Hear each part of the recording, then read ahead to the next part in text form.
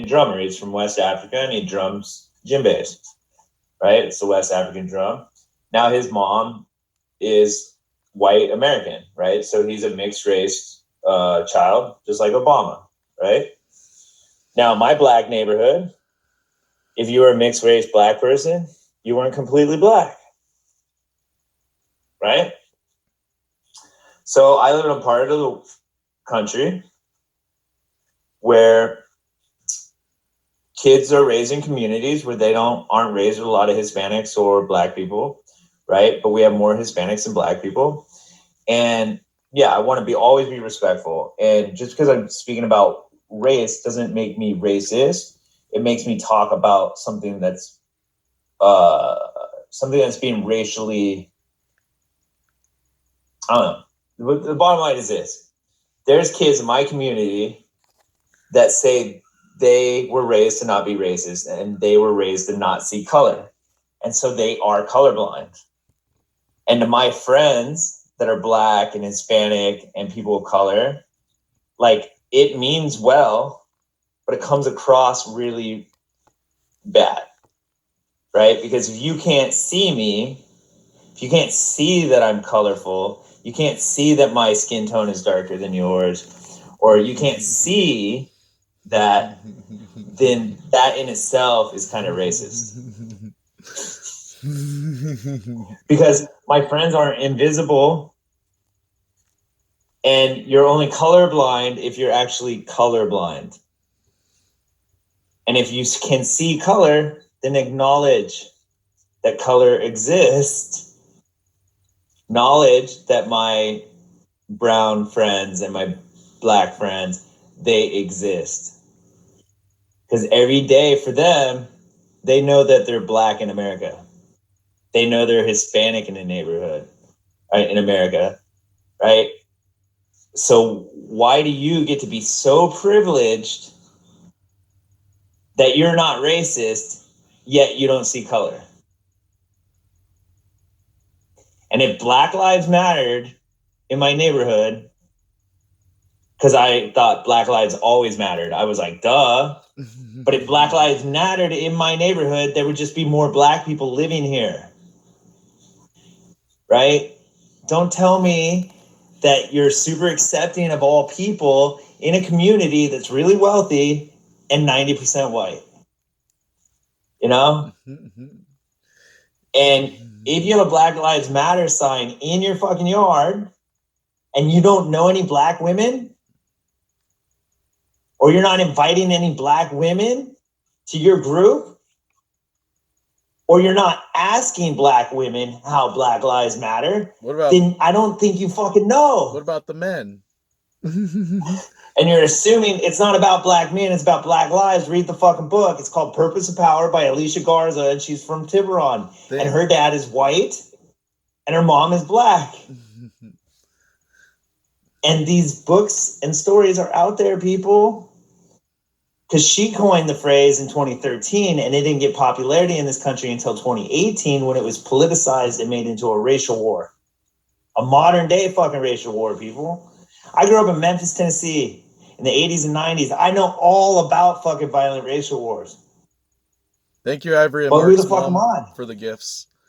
Yeah, dude. Right? But my school was 90% black, and I was the salt and the pepper shaker. And kids out here are the fucking pepper in a salt shaker. Right? But I tell you what I can't fucking do is I can't go tell black people how their lives matter. That's fucking rude. I talk to my friends that are black and mixed race, and I ask how they matter. I ask them what matters to them. I invite them over to my house for dinner. I break bread. And that's how we learn about this world that we live in and that is super colorful. Because I'm not fucking colorblind. That's it. Magnus out. Yo, get your lunch. Keep making the lunch. I appreciate. Yeah. I am. You're good. You're good. Which side did you fight for, Mark's mom? I'm not sure what that was for. What? that comment applied to yet. But Look, it's out of love. It's out of love. If I push your buttons, express yourself, vent, call me any names, I don't care. we got Get it out of your system. Tasty One. Are you gonna box up? I was hoping we. But it's not to be mean. I'm not trying to be mean. Free trade with my friend in Oregon or my friend in California. Like that's awesome because that's network, that's proactive, that's off the land. Like it's not let's create our little commune and our little group think. What's up, buddy? Yeah, it's not about. Oh, just take it out there and eat it. It's not about creating. It's not about creating like a total separatist thing. It's about creating like a separatist thing that we can share with the world, that everybody else like set the example, so everybody watches our show of this is how a community of people. No, it's great intention. Right, and then hopefully build more communities across the world and country of people who are also living a more healthy lifestyle, where they're learning to build homes that are not more affordable and helping each other build each other's homes and do maintenance on your homes versus just trying to do it by yourself and only paying out of pocket to do all your needs. And it's hard because most neighbors, you don't like them. Most neighbors, you don't like the music they listen to. So why not find neighbors and then say, I like the music you like. We all like a lot of the same things. Good. Let's buy land next to each other and live next to each other. Because most neighborhoods we just don't fit into. Most of us don't. We kind of move into a neighborhood and we don't fit in. We try to fit in to something we don't. And it's like the world hasn't been created like Disneyland was created on purpose as a world of getting away and having fun. I want to do that, but everyday world is my own Disneyland called living on the land with your neighbors, and we get to go play together, and every day is the best day ever. And that's why we wouldn't have racial issues if we were the human race. We wouldn't have racial issues if they didn't ask us before we got a job or went to college, what do we identify as? Right? I look Irish in Ireland. I look Irish in America. Irish in America didn't have any rights until Kennedy got president. Right? Dumb Irish luck was like I had shitty luck. Now, after Kennedy, dumb Irish luck means I'm a lucky fucking Irish bastard. But here's the thing. In America, as an Irishman, I was hated in this country. Right? So how did I become part of this elite master plan or master race when I'm just fucking descendant of Irish? And they were like the scum of the earth. Right? But that's everybody's culture. And like, that's the thing. We don't, we got to, the labels, the modern labels, like it is not helping. Right. I didn't know I was a liberal. I don't think I'm a liberal on a lot of things. And then now it's like, I'm not conservative. Are you a Trump supporter? I don't know what these fucking labels mean. Like a Trump supporter. It's literally a whole new label by itself.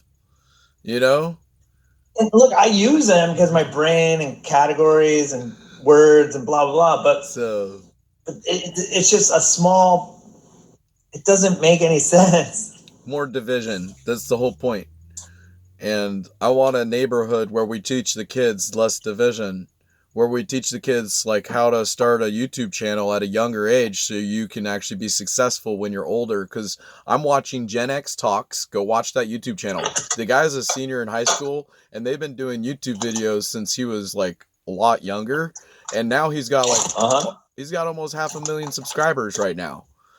And I'm trying to tell you, because his dad helps him. His dad is literally the main thing of the show. He basically goes to his dad. If you go watch, it's Gen X Talks on YouTube. And it's spelled Gen and then just a big X and then TALKS. And that's great, it's man. One of my favorite channels because it inspires me on how all fathers, if I had kids, I would be doing what his dad is doing for him, which is incredible. It's building him a channel. He's going to be set to go. He doesn't ever have to have a job if he doesn't want a job, because once he graduates high school, he's got such a huge following already on YouTube that his dad set him up for success. It's like now he doesn't need a job if he doesn't want one. His dad doesn't need to give him money. It's like, here's handouts. No, his YouTube channel is what pays him for what he wants. Like, he wants to go to college, and his channel is helping to pay for his college instead of his dad paying for his college. His college getting paid for by YouTube. How smart is that? Versus just trying to finance your children to go to college, it's ridiculous. If your kid wants to go to college, teach them how to make money, which social media is the best way to do it at a young age, in a safe way, with parents around. You could literally never have the kid on camera if you don't want. You could build the channel until the kid's ready to be on camera, and then put them on camera once you've got the channel big enough, and then now you can hand that channel over to them, and or he could start his own channel separate, and your name will build his channel immediately. If you got 1 million subscribers, he'll get at least 500,000 quickly. It won't be hard for you to promote your children's channels, and then now your kid has an option. What's he want to do with his life? Does he just want to entertain people? Does he want to be productive? Does he want to be a doctor, a lawyer? Well, now he can make videos and promote himself. I want to be a doctor. Good. Keep making videos. And then I'm going to school, being a doctor. Never mind. Change my choice. I want to be something else. Keep making videos. Whether you become a doctor or not, those videos will pay your future. That's my point. Because people want to see people's life process. And most people are scared of being on camera. Most people are scared to be entertainers. Most people like me, I wouldn't do what you're doing. Going on street corner and no, terrifying. But I'll tell you, if somebody's going to record me and I go on YouTube, I'm okay with it, because I'm willing to be humiliated once to be able to make up for it millions of times over. Because I'll go viral if I'm stupid enough and people are like, this guy's such an idiot. Whether I'm funny, or stupid, something's going to get me to grow. And if it's you might be humiliated in the moment, but that video that you recorded is going to be priceless. Because you might have embarrassed yourself, and that might be funny to somebody. And now, but if you didn't record it, now you just feel like crap. And then you're like, but if I post that video and you're not to be humble about it and show that, hey, I make mistakes, I do stupid things, I say stupid things, it's okay. And that actually might be what gets you famous, is the stupid thing you did. 100%. And that you're scared to post it, and or you're just not wanting to record. You're willing to go on the street but never record a video. That's ridiculous. You wasted all your gas, all your time, getting sunburned, spending food, money, and energy. That's why I sit here, because I don't want to go anywhere until I've mastered. I don't want to go places unless I'm recording. In the future, everywhere I go, it needs to be recorded, because it's expelling energy. Getting in your car, you're risking your life every time you drive somewhere. You got to think about making a stream, doing a recording. Whenever you go somewhere, do something productive with your, like, you're not supposed to stream when you record. Fine, then do a recording that you can post on YouTube. Don't have to stream when you're driving. But you should always think about recording everywhere. Make your life into a movie. And that's the way of the future, is turn your life into a movie. And people like to just watch. Yeah, it's the show. The Truman Show. Yeah, and I have all sorts of new people or guests on the show, and I do this regularly. And then I just record and I upload, and it's going to be my life. Kind of like Joe Rogan, but better, on steroids. Song. Like... instead of just only interviewing these famous people and setting up appointments, I just interview people every day, all the time. I can interview hundreds of people, thousands, way more than any of these other people can do it. I'm going to outwork these other guys. That's my goal. Because there's a lot of people who want to grow, but most people don't want to record them. Okay? Like Joe Rogan's not going to have me on his podcast until I got a lot more subscribers. But once I get enough subscribers, I'm going to promote you. I'm going to promote Tasty One. I'm going to promote all the other people who are a part of my podcast. There she is. Thanks, Mark's mom, for the sun. Appreciate you. It's about time you walked in. Welcome, Tasty One. I was starting to lose faith. I heard you were going to make a guest appearance. Yeah. Okay, I forgot that I'm on the phone too. I'm going to back out of the phone. It's going to cut me back out. I'll come back. It's normal. We have to kind of get it figured out. Good to see you for that moment. Working out the kinks. You're not just a name that types stuff. You're like, is that picture a person or is it not a person? Oh my God. Welcome. Sam. Yeah.